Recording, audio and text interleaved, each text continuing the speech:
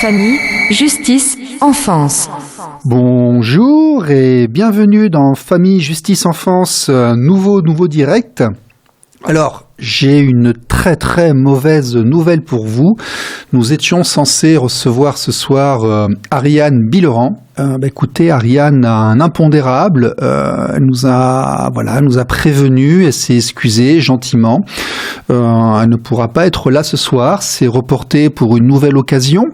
Son co-auteur n'est pas disponible non plus, donc voilà, on va se débrouiller sans. Et puis si éventuellement, parce que j'ai contacté des personnes pour essayer de la remplacer, mais on m'a prévenu tard, c'est compliqué. Donc voilà. Écoutez, je voulais pas vous laisser en plan, je voulais le faire quand même.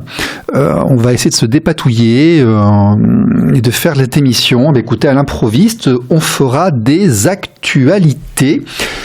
Ceux qui sont sur YouTube, profitez-en, posez des questions, puisque vous allez, je vais pouvoir on va faire une interaction à l'antenne. En attendant, on va commencer par un peu de communication, par un peu de mettre à masse. Ça faisait longtemps. On va voir si ça marche. Michel Amas, je suis avocat au barreau de Marseille. Je défends principalement les parents d'enfants placés dans ce scandale qui est celui de l'aide sociale à l'enfance en France. Il y a une grand-mère qui vit avec sa fille et sa petite-fille depuis 8 années. La fille est en souffrance, elle est dépressive, elle est alcoolique, il y a un vrai problème. En avril dernier, la mère meurt. Ne reste que la petite-fille et sa grand-mère.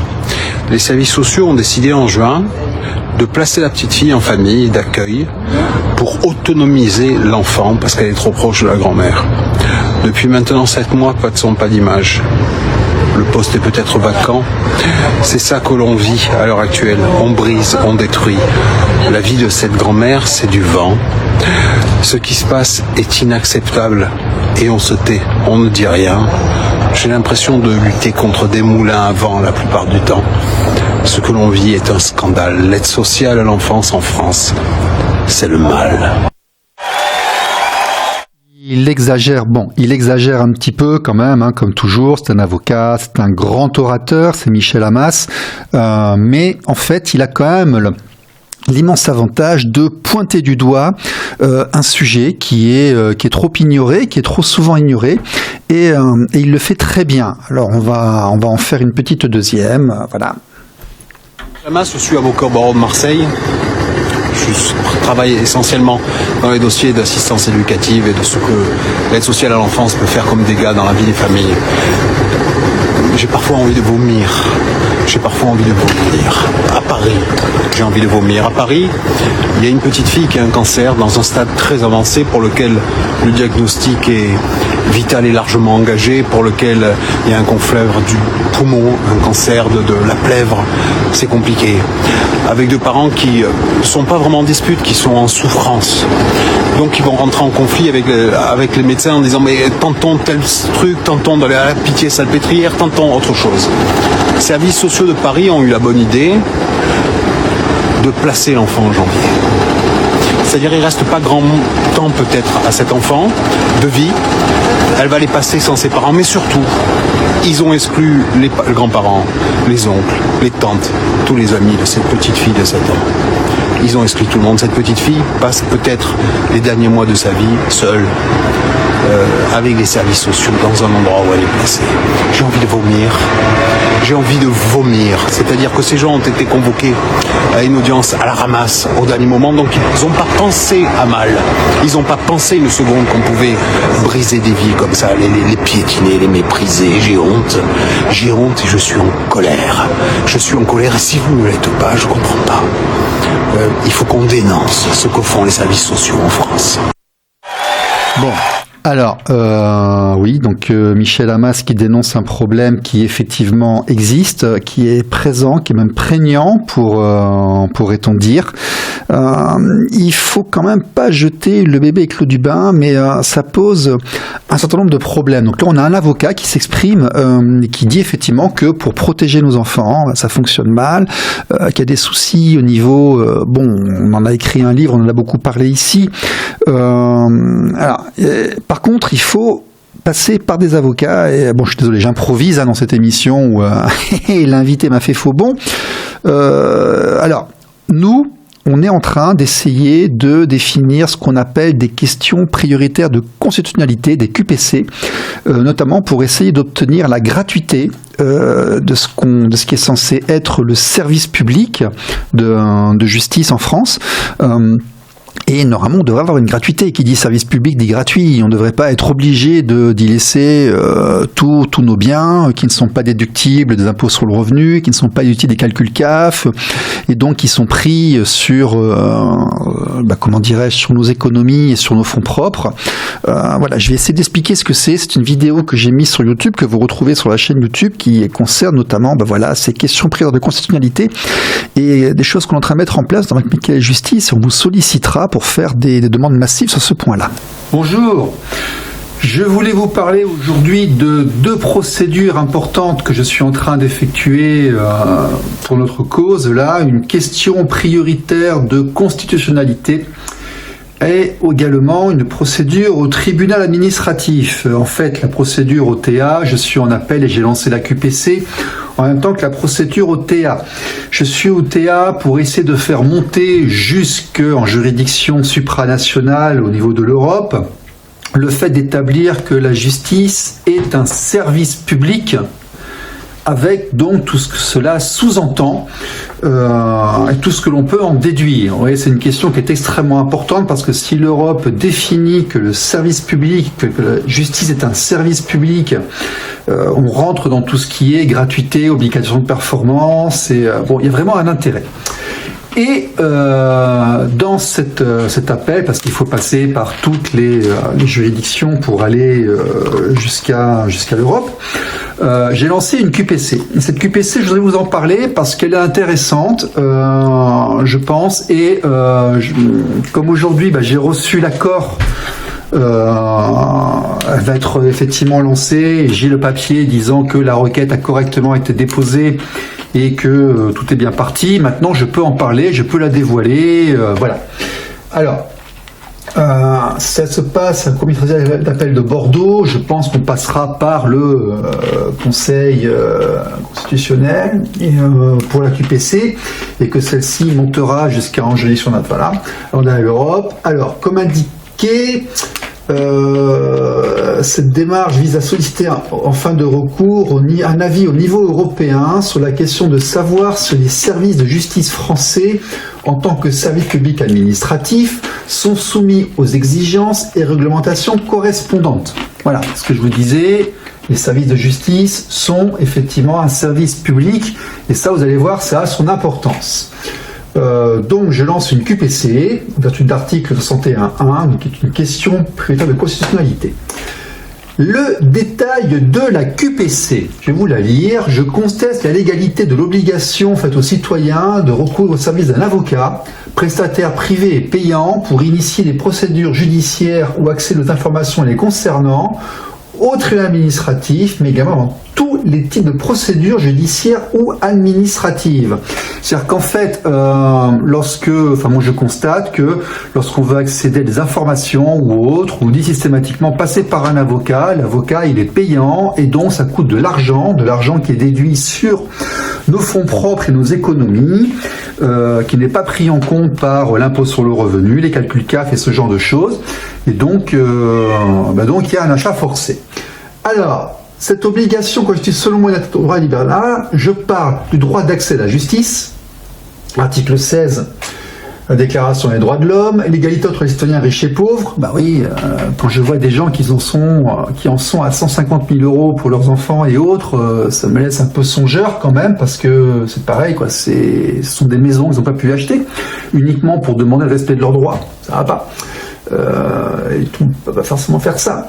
Le droit à un procès équitable et autres, et j'explique que les honoraires des avocats représentent des sommes significatives, non déductibles des impôts sur le revenu, ni des calculs de la CAF, et sont prélevés sur les dépenses de loisirs, les économies ou les biens personnels des citoyens, conduisant parfois à un appauvrissement L'observation, la pratique empirique entre les avocats. En plus, généralement, les avocats n'aiment pas beaucoup critiquer le système judiciaire, ils n'aiment pas beaucoup critiquer l'État ou leurs propres confrères. Et très souvent, ils se placent en vendeurs de procédures et afin de défendre les droits, de conflictualiser, ça allonge certaines durées. Donc je dis que l'accès à la justice est compromis pour les citoyens n'ayant pas ou plus les moyens de se payer des services juridiques de qualité, mais ça fait également une surcharge des services judiciaires par une multiplication de procédures redondantes et autres. Et puis surtout, il y a beaucoup de choses qu'on peut faire nous-mêmes, et lorsqu'on peut les faire nous-mêmes, je ne vois pas du tout pourquoi ce serait obligatoire d'utiliser un prestataire payant pour les faire. Dans ces circonstances, par exemple, pour faire un appel au tribunal administratif, on vous impose d'avoir un avocat. Moi, j'ai téléphoné, je leur dis, qu'est-ce qu'il fait l'avocat? Eh bien non, il va sur Télérecours citoyen, il envoie un email avec le truc. Vous voulez, je donne 200 balles à un avocat pour qu'il vous envoie un email. Mais moi, je peux le faire, l'email. J'ai pas besoin d'utiliser un avocat. Et pour les cours d'appel, c'est pareil. Il y a des choses qui sont pas... il y a des gens qui vont être convoqués aussi au tribunal, en correctionnel ou autre. Ils voudraient savoir ce qu'on leur reproche en détail, avoir accès au dossier. Un âne, c'est uniquement l'avocat. Mais attendez, on n'est pas non plus les dégénérés, on sait lire, on peut comprendre des choses. On n'a pas à imposer un prestataire privé en libéral pour des services régaliens. Voilà, tout ça. Donc ça, c'est intéressant. Et je voulais vous en parler. Et peut-être qu'il faudra qu'on soit plusieurs à le faire et qu'on fasse un mouvement collectif là-dessus. Voilà. Pour terminer, je vous renvoie encore sur l'ouvrage juridique, qu'en fait, en grande partie, un ouvrage juridique, Proposition pour la famille et la protection de l'enfance. Je sais que beaucoup d'entre vous l'ont lu.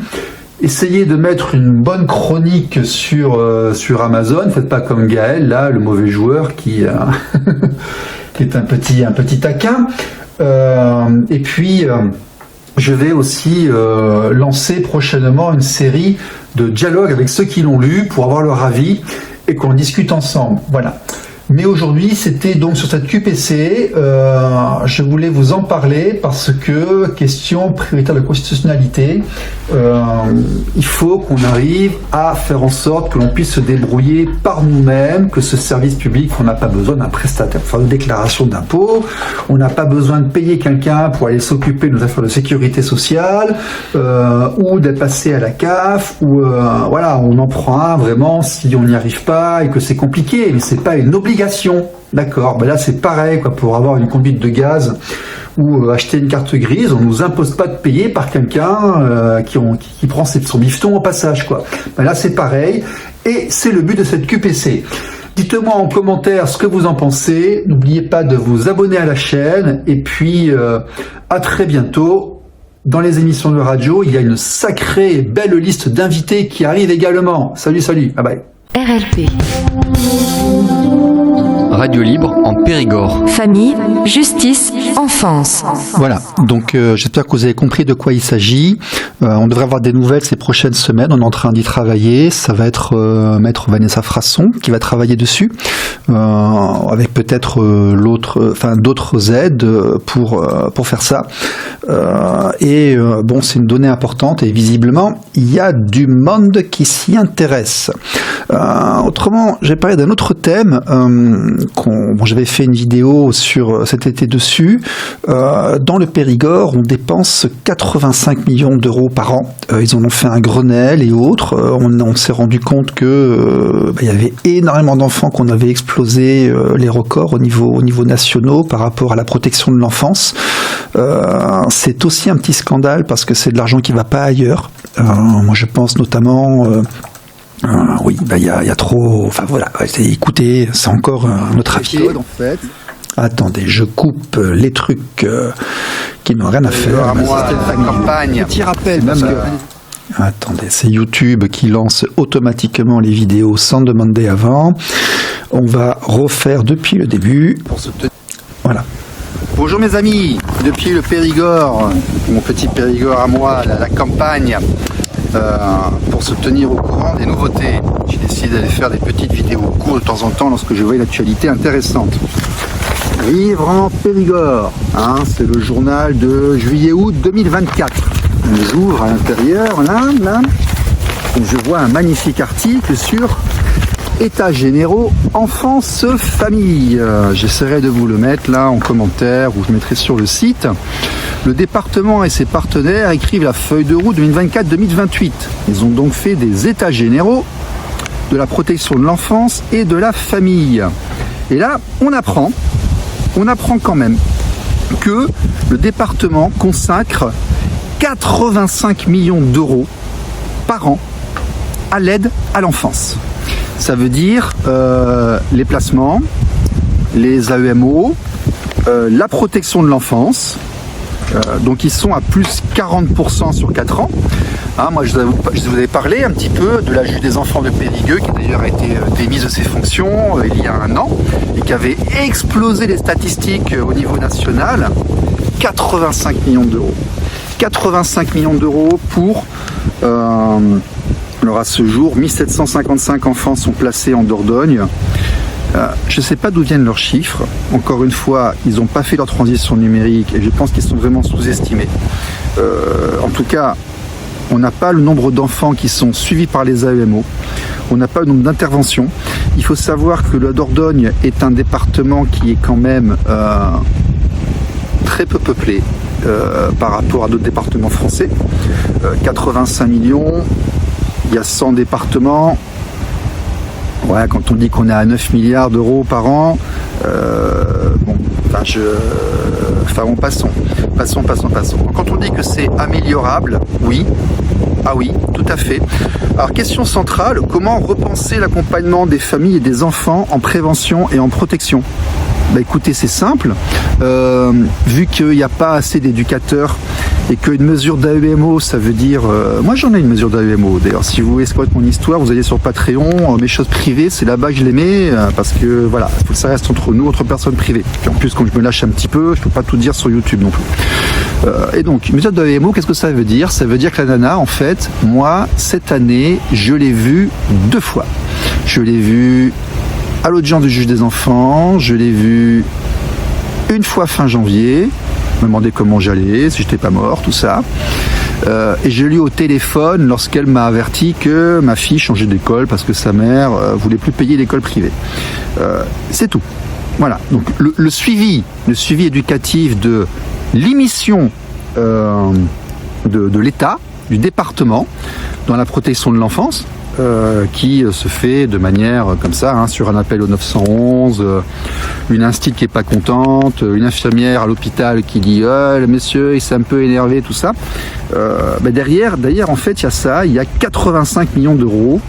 Et alors par contre, il y a des gens qui mangent. Là, c'est clair qu'il y a des gens qui mangent. Mais ça, on va en reparler. Et je pense que l'année prochaine, en émission de radio, on va monter un petit peu en intensité. Parce qu'on a gagné en renommée, là, puis en crédibilité. Donc on va essayer d'avoir en face de nous des gens un peu plus haut placés, qui ont un peu plus de voix, et on va discuter un peu plus avec eux. Voilà. Voilà, ça c'est le Périgord, mais vous savez, on est à un stade où ici on a des fédérations de parents, des enfantés, des gens qui se mettent ensemble parce qu'ils n'arrivent plus à avoir accès à leurs enfants. Il serait 85 millions d'euros, il y a des gens qui mangent, il y a des gens qui en profitent. Voilà, ça c'est clair et net. Voilà, on parle d'argent public, c'est une cause intéressante et effectivement l'allusion c'est pour le groupe SAPA, stop au placement abusif dont vous avez déjà pu entendre parler.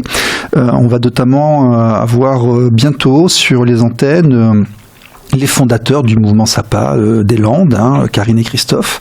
Et puis dans les invités, il faut que je vous annonce aussi Maître Domergue, qui est un ancien magistrat, qui est un avocat, qui est quelqu'un de haut niveau, une pointure, qui va venir aussi également au niveau des invités. On va continuer par des petites chroniques littéraires. Au niveau des chroniques littéraires, je voulais vous parler d'un ouvrage que j'ai beaucoup aimé, qui est celui de monsieur Sébastien Dupont, un Que sais-je sur les pères et la paternité. Voilà, c'est une chronique YouTube que je vous diffuse aujourd'hui pour vous. Parce que les émissions reprendront à la rentrée, c'est Sébastien Dupont, les pères et la paternité, aux éditions Que sais-je. Sébastien Dupont, vous le connaissez, on a fait plusieurs émissions avec lui. Il est docteur en psychologie, thérapeute familial, responsable de l'université de thérapie familiale de l'Université de Strasbourg. Il a écrit plusieurs ouvrages et c'est un livre extraordinaire sur un sujet méconnu. Et il nous explique que Être père entraîne des transformations biologiques et psychologiques et psychiatriques. Il nous explique la différence du comportement paternel, de la parentalité paternelle au fur et à mesure des époques. Et il nous parle aussi d'homoparentalité. Et il nous parle effectivement de comment on pourrait améliorer la place du père dans la société actuelle et les institutions. Je le recommande. RLP. Radio libre en Périgord. Famille, justice, enfance. Voilà, c'était donc un préliminaire à une interview avec Maître d'Angléan, que vous avez aussi pu entendre sur cette antenne il y a quelques semaines. Autre chronique littéraire, j'ai découvert avec grand plaisir. Il était une fois la famille d'Emmanuel Todd. C'est intéressant, c'est vraiment bien. Mais écoutez, je vous la diffuse ce soir voilà. Ariane Bileran n'est pas là, mais nous avons plein de choses pour remplacer la chronique de Était une fois la famille d'Emmanuel Todd. Petite vidéo du soir, espoir, vidéo littérature ce soir. Je voulais vous parler d'un ouvrage que je viens de lire qui m'a beaucoup plu. Bon, il est critiquable aussi, mais il est quand même vachement bien. C'était une fois la famille d'Emmanuel Todd. Alors, c'est une bande dessinée. Alors, on a vu mieux, hein, comme design, même s'il paraît que le mec qui a dessiné, là, il s'appelle Terreur Graphique, là, il paraît qu'il est bon et tout. Ouais, il y a des trucs caricaturaux et autres. Mais il y a aussi des petits bijoux. Et je vais vous en parler par rapport à ça. Pour ceux qui savent pas, Emmanuel Todd, en fait, c'est un sociologue, c'est un des plus grands sociologues des systèmes familiaux. C'est même un des experts mondiaux des systèmes familiaux. Et il vient nous expliquer ce que c'est qu'une famille nucléaire, qu'une famille communautaire, qu'une famille souche. En quoi ça consiste ? Pourquoi est-ce que le type de... en tout cas, la famille nucléaire, ce sont quand même des pages qui expliquent bien, quoi. Qu'est-ce qu'un système familial nucléaire ? Voilà, c'est-à-dire que ici il va expliquer, il y a un ménage nucléaire, c'est un homme, une femme qui font des enfants. Lorsqu'ils se séparent, lorsque les enfants s'en vont, ils vont se séparer, refaire des enfants, des familles, comme on vit nous beaucoup en Occident, hein. Égalitaire comme c'est en France, l'héritage est à égalité entre garçons et filles. Et la famille nucléaire qui peut être absolue, il n'y a pas de règle d'héritage. Les parents répartissent les biens quand et comme ils le veulent. Ça, c'est en Angleterre. Il y a des familles de modèles aussi où l'aîné a une importance par rapport à d'autres. Donc il parle de la France, de l'Angleterre, de l'Allemagne, de la Chine, de la Russie. Il explique que ces modèles traditionnels familiaux entraînent des structures et des types de sociétés. Donc il explique par exemple l'arrivée du communisme par rapport au type de famille russe, qui avait l'air, qui était un peu plus bordélique que le nôtre visiblement, hein, où tu te maries très jeune, ce qui fait que le papa, il a parfois des visées sur la jolie petite blonde qui est avec toi là. Dans la même maison, les enfants partent pas, ils restent dans la même maison. Que ce qui peut arriver après, et groupe qui protège beaucoup plus. Le tsar, le communisme. C'est une théorie qui est intéressante. Il parle aussi des modèles qu'il y a en Allemagne. Il dit la façon de faire, on y retrouve les raisons de la rigueur allemande, l'Angleterre, la Chine, le Japon, pas mal d'endroits. Et c'est vraiment intéressant cette vision de dire le système familial influence la façon dont la société se comporte, ou plutôt la société est influencée par la manière dont le modèle familial s'effectue, est vraiment passionnante. Ça, j'ai beaucoup aimé. C'est une façon de rentrer dans la sociologie d'Emmanuel Todd que j'aime beaucoup. Tiens, on va rejoindre Marc Mangin sur ça. Lui, il dit que la crise occidentale, la crise de la famille est aussi liée au brassement de population. Qui dit brassement de population dit brassement de type de modèle de famille. Et donc, il n'y a plus de modèle commun. En fait, puisque toutes les cultures se mélangent, tous les types de familles se mélangent. Et quel type de famille privilégie-t-on au détriment de laquelle? De quelles habitudes? Et quelle société cela entraîne-t-il? C'est intéressant. Je vais vous en parler. C'est c'est Emmanuel Todd. Il était une fois la famille. C'est un ouvrage passionnant. Il coûte 23 €, mais il pèse lourd. On peut s'en servir aussi pour résoudre des problèmes. Voilà. Quand vous avez le chat qui miaule trop fort ou ce genre de choses. C'est un bel objet aussi, voilà, qui vous aidera à rentrer dans la sociologie de la famille et dans le monde de Monsieur Emmanuel. RLP. Radio libre en Périgord. Famille, justice, enfance. Bien, bah écoutez, jingle. RLP. Radio libre en Périgord. Famille, justice, enfance. Bon, on a plus ou moins sauvé les dégâts dans cette imprévue dernière minute d'invité absent. Et on va terminer avec la chanson de la semaine. C'est la chanson de la semaine sur RLP. Voici maintenant la chanson de la semaine. Famille, justice, enfance.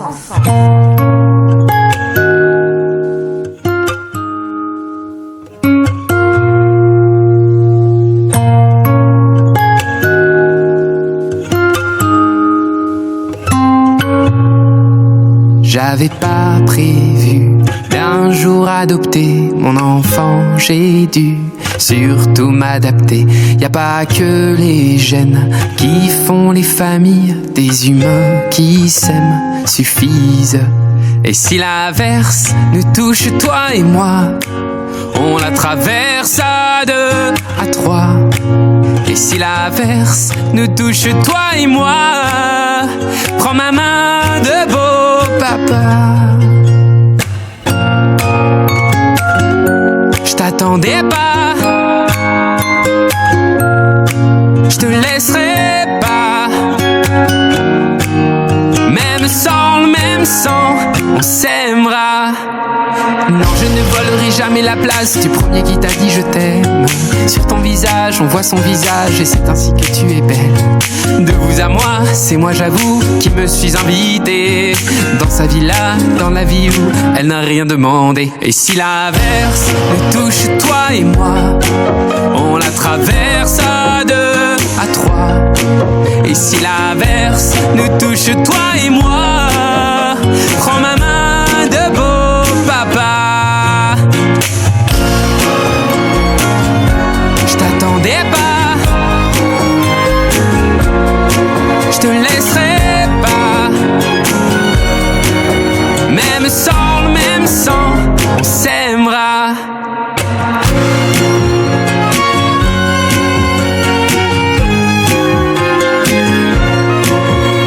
On s'aimera.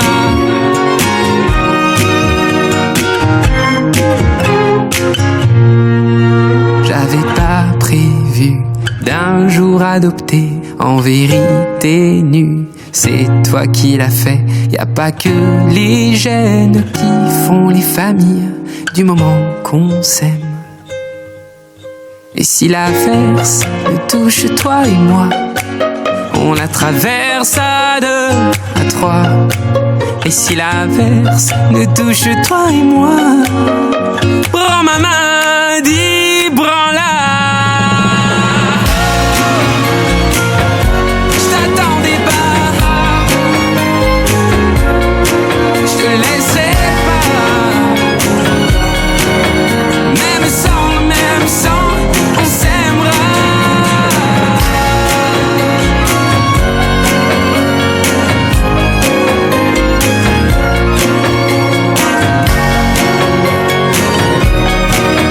Même sans le même sang, on s'aimera.